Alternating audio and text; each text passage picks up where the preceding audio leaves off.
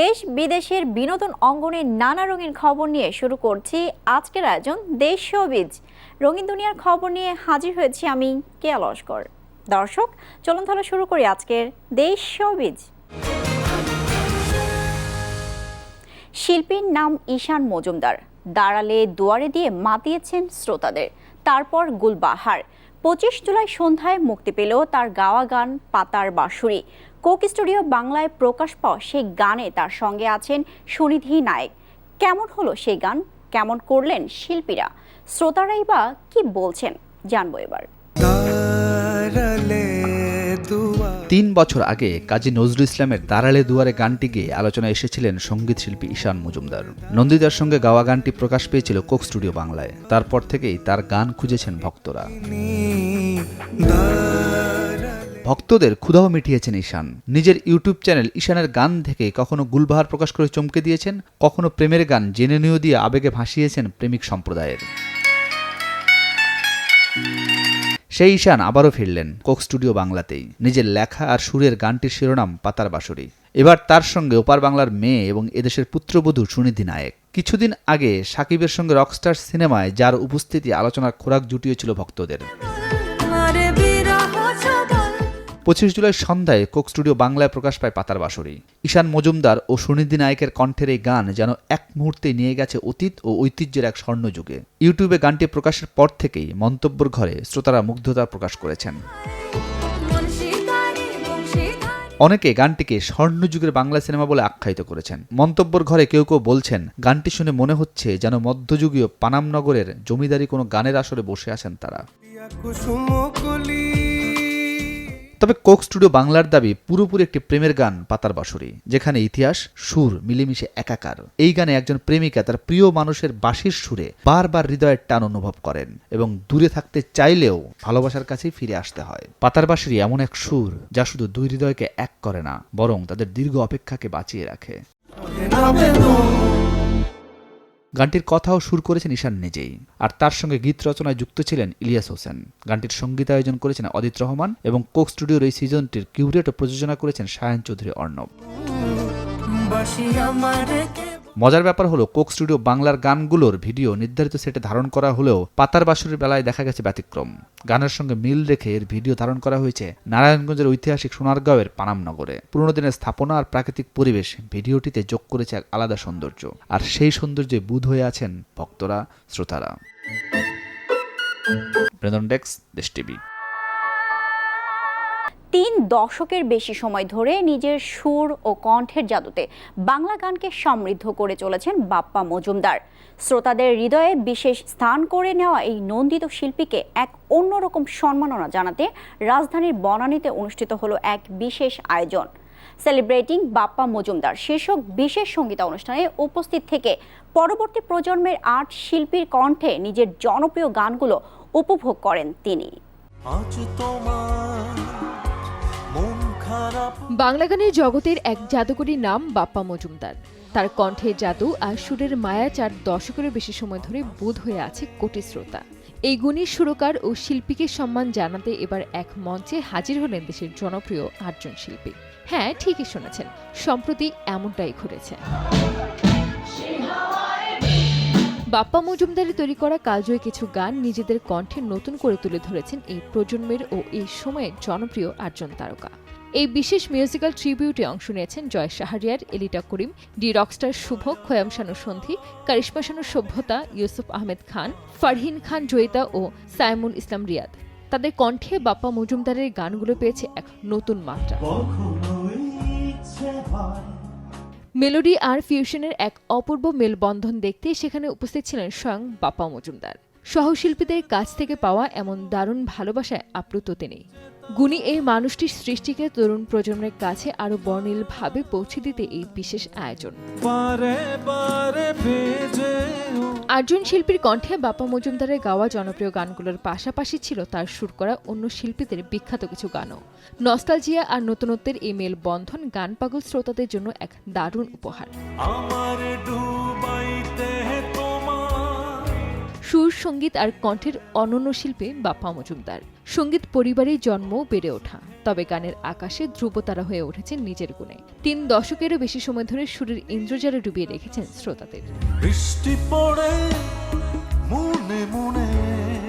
সানজিদা আক্তার, দেশ টিভি।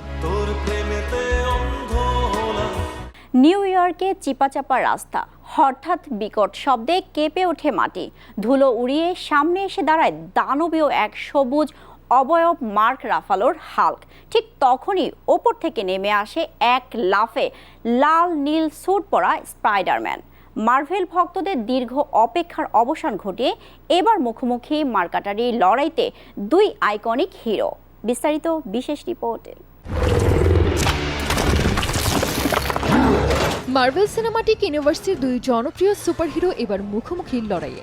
একদিকে নিউ ইয়র্কের বন্ধুত্বপূর্ণ প্রতিবেশী স্পাইডারম্যান, আর অন্যদিকে মার্ক রাফালো অভিনীত বিধ্বংসী সবুজ দানব দ্য হাল্ক। কিন্তু কেন এই 2 নায়কের মধ্যে শুরু হলো এই তুমুল যুদ্ধ? এর আগে অ্যাভেঞ্জার্স ইনফিনিটি ওয়ার ও অ্যাভেঞ্জার্স এন্ড গেমে স্পাইডারম্যান ও হাল্ককে একই দলে থেকে শত্রুর বিরুদ্ধে লড়াই করতে দেখা গেছে। তবে ব্র্যান্ড নিউ ডেতে পরিস্থিতি ভিন্ন। নতুন ট্রেলারে 2 জনপ্রিয় চরিত্রকে একে অপরের বিরুদ্ধে লড়তে দেখা গেছে। ফলে সিনেমাটি ঘিরে ভক্তদের আগ্রহও বেড়েছে। মস্তিষ্ক বনাম পেশি, লড়াইটা মূলত এমনই। স্পাইডারম্যানের রয়েছে ক্ষিপ্র গতি, স্পাইডি সেন্স আর ক্ষুদ্র বুদ্ধিমত্তা। অন্যদিকে ব্রুস ব্যানারের রূপ নেওয়া হাল্কের শক্তির কোনো সীমা নেই। হাল্কের এক একটি ঘুষি যেন আস্ত একটি পাহাড়কে গুঁড়িয়ে দিতে পারে। লড়াইয়ের শুরুতে স্পাইডারম্যান তার অতি মানবিক গতি ও বুদ্ধিমত্তা ব্যবহার করে হাল্ককে বিভ্রান্ত করার চেষ্টা করে। বিশাল আকৃতির হাল্কের ভারী আক্রমণগুলো ডানে বামে ডজ করে সে একের পর এক জাল ছুটতে থাকে। কিন্তু হাল্কে কি আর সাধারণ জালে বন্দী করা সম্ভব? মুহূর্তের মধ্যেই খেই হারিয়ে ফেলে স্পাইডি। হাল্কের এক একটি বিধ্বংসী থাবায় লণ্ডভণ্ড হয়ে যায় চারপাশ। রাগের চোটে হাল্কের শক্তি যত বাড়তে থাকে, পিটার পার্কের জন্য টিকে থাকা ততটাই কঠিন হয়ে পড়ে। শক্তির এই অসমান লড়াইয়ে স্পাইডারম্যানকে পিছু হটতে হয় তার জীবন বাঁচাতে। তবে মার্ভেল ভক্তরা ভালো করেই জানেন ব্রুস ব্যানার আদতে একজন নরমনের বিজ্ঞানী। ভুল বোঝাবুঝি কিংবা কোনো ভিলেনের মাইন্ড কন্ট্রোলের শিকার হয়েই হয়তো এই 2 হিরো একে অপরের বিরুদ্ধে অস্ত্র ধরেছে। তাই লড়াইয়ের শেষটা রক্তক্ষয়ী হলেও দিন শেষে তারা আবার একসাথে কাঁধ মিলিয়ে লড়বেন কোনো মহাজাগতিক শত্রুর বিরুদ্ধে। স্পাইডারম্যান ব্র্যান্ড নিউ ডে এর গল্প শুরু হচ্ছে নো ওয়ে হোম এর প্রায় 5 বছর পরের সময় থেকে। আগের সিনেমার শেষে পিটার পার্কারকে ঘিরে সবার স্মৃতি মুছে যাওয়ার পর সে এখন সম্পূর্ণ একা। পরিচিত কেউ তাকে আর চেনে না। তাই নিজের ব্যক্তিগত জীবন থেকে পুরোপুরি সরে গিয়ে নিউ ইয়র্ক শহরকে রক্ষা করাকে জীবনের একমাত্র দায়িত্ব হিসেবে বেছে নেয় সে। তবে শহর রক্ষার এই দায়িত্বের চাপ ধীরে ধীরে পিটারের ওপর প্রভাব ফেলতে শুরু করে। এর মধ্যেই তার শরীরে অদ্ভুত এক পরিবর্তন দেখা যায়, যা তার অস্তিত্বের জন্য হুমকি হয়ে উঠতে পারে। পাশাপাশি নতুন এক ধরনের অপরাধের সূত্র ধরে সে এমন এক শক্তিশালী শত্রুর মুখোমুখি হয় যে তার জন্য সবচেয়ে বড় চ্যালেঞ্জ হয়ে উঠতে পারে। মার্ক রাফালোর হাল্ক বনাম স্পাইডারম্যানের এই কাল্পনিক লড়াই বড় পর্দায় মুক্তির পর্যায়ে বক্স অফিসে ঝড় তুলবে তা বলার অপেক্ষা রাখে না। ডেস্টিন ড্যানিয়েল ক্রেটন পরিচালিত সিনেমাটি 31 জুলাই বিশ্বজুড়ে মুক্তি পাওয়ার কথা রয়েছে। তবে শোনা যাচ্ছে বাংলাদেশ সহ কিছু দেশে একদিন আগেই এটি মুক্তি পাবে। দেশের দর্শকেরা 30 জুলাই থেকে স্টার সিনেপ্লেক্সে সিনেমাটি দেখতে পারবেন। এতে টম হল্যান্ডের সঙ্গে আরও অভিনয় করেছেন জেন্ডায়া। আরও আছেন জ্যাকব ব্যাটালন, মার্ক রাফালো, জন বানথাল, মাইকেল মান্ডো ও স্যান্ডি সিং। সিনেমাটির চিত্রনাট্য লিখেছেন ক্রিস ম্যাককেনা ও এরিক সোমার্স। প্রযোজনায় রয়েছে অ্যামি প্যাসকেল ও কেভিন ফেইজ। সিনেমাটির প্রযোজনা ও পরিবেশনার দায়িত্বে রয়েছে সনি পিকচার্স। সানজিদা আক্তার, দেশ টিভি। দিল্লির যন্তর মন্তরে ছাত্র আন্দোলন ও প্রশ্ন ফাঁস বিতর্কের মুখে ভারতের কেন্দ্রীয় শিক্ষামন্ত্রী ধর্মেন্দ্র প্রধানের পদত্যাগের পর প্রিয়াঙ্কা চোপড়া, কমল হাসান ও প্রকাশ রাজ সহ বিশিষ্ট ব্যক্তিত্বরা সামাজিক মাধ্যমে প্রতিক্রিয়া জানিয়েছেন। এটি তরুণ প্রজন্মের বড় জয় এবং গণতন্ত্রের বাস্তব প্রয়োগ বলে উল্লেখ করা হয়েছে। অবশেষে ভারতে ছাত্রশক্তির ঐতিহাসিক জয়। নিট পরীক্ষার প্রশ্নফাঁস বিতর্ক এবং দেশজুড়ে তীব্র আন্দোলনের মুখে পদত্যাগ করলেন ভারতের কেন্দ্রীয় শিক্ষামন্ত্রী ধর্মেন্দ্র প্রধান। ককরোচ জনতা পার্টির লাগাতার বিক্ষোভ এবং সমাজকর্মী সোনম ওয়াংচুকের ২৬ দিনের অনশনের পর গত শনিবার ২৫ জুলাই প্রধানমন্ত্রী নরেন্দ্র মোদীর কাছে পদত্যাগপত্র জমা দেন তিনি। শিক্ষামন্ত্রীর এই পদত্যাগের খবরে শিক্ষার্থীদের পাশাপাশি উচ্ছ্বসিত বলিপাড়ার তারকারাও। গ্লোবাল আইকন প্রিয়াঙ্কা চোপড়া নিজের ইনস্টাগ্রাম স্টোরিতে এই ঐতিহাসিক খবরটি শেয়ার করেন। কোনো লিখিত মন্তব্য না করলেও করতালি, হাসিমুখ এবং ভালোবাসার ইমোজি দিয়ে তিনি আন্দোলনরত শিক্ষার্থীদের প্রতি তার অকুণ্ঠ সমর্থন এবং আনন্দ প্রকাশ করেছেন। এদিকে দক্ষিণ ও বলিউডের প্রভাবশালী অভিনেতা কমল হাসান সামাজিক যোগাযোগ মাধ্যম এক্সে কলম ধরেছেন গণতন্ত্রের পক্ষে। তিনি লিখেছেন, সংঘাতের জায়গায় সংলাপ ফিরে আসতে দেখে ভালো লাগছে। ভিন্ন মতেরও সংলাপ প্রাপ্য, এটাই গণতন্ত্রের বাস্তব প্রয়োগ। তিনি আরও মনে করিয়ে দেন, মহাত্মা গান্ধীর দেশে শিক্ষার্থীদের ওপর পেলেট গান বা লাঠিচার্জের কোনো স্থান নেই।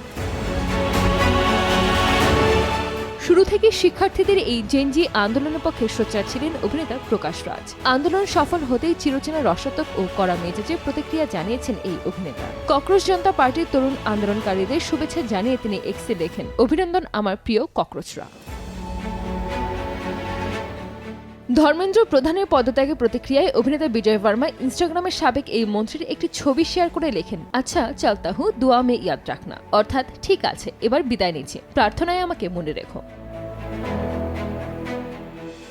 শুধু প্রিয়াঙ্কা, কমল বা প্রকাশ রাজই নন, আলিয়া ভাট, ভূমি পেন্ডেকার ও সোনাক্ষী সিনহার মতো তারকারাও একে ভারতের ছাত্র সমাজের এক ঐতিহাসিক জয় হিসেবে দেখছেন। শিক্ষামন্ত্রীর পদত্যাগ এবং নীতি নির্ধারকদের টনক নড়ার মধ্য দিয়ে আপাতত শান্ত হয়েছে যন্তর মন্তরের রাজপথ। এই পদত্যাগের মাধ্যমে ভারতের শিক্ষা ব্যবস্থায় স্বচ্ছতা ও জবাবদিহিতা নিশ্চিতের লড়াইয়ে তরুণ প্রজন্ম এক নতুন দিগন্তের সূচনা করবে। তবে দেশের শিক্ষা ব্যবস্থায় স্বচ্ছতা ফেরাতে এই আন্দোলন এক স্থায়ী রেখাপাত করে গেল। সানজিদ আক্তার, দেশ টিভি। এই ছিল আমাদের আজকের দেশ শোবিজ। আগামীকাল আবারও দেখা হবে নতুন নতুন সব খবর নিয়ে। ততক্ষণ পর্যন্ত ভালো থাকুন, সুস্থ থাকুন আর দেখতে থাকুন অবশ্যই দেশ শোবিজ।